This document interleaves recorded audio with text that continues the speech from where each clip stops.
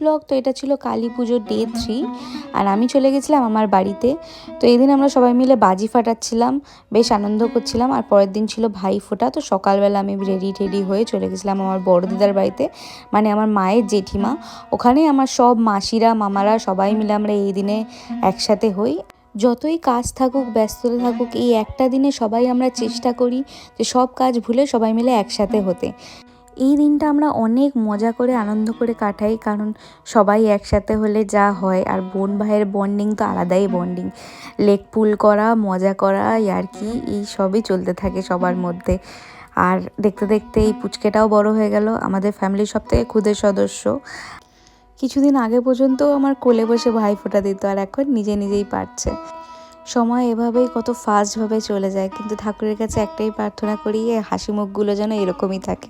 প্রত্যেক বছর বছর ভাইফোঁটায় যেন সব হাসি মুখগুলো দেখতে পাই।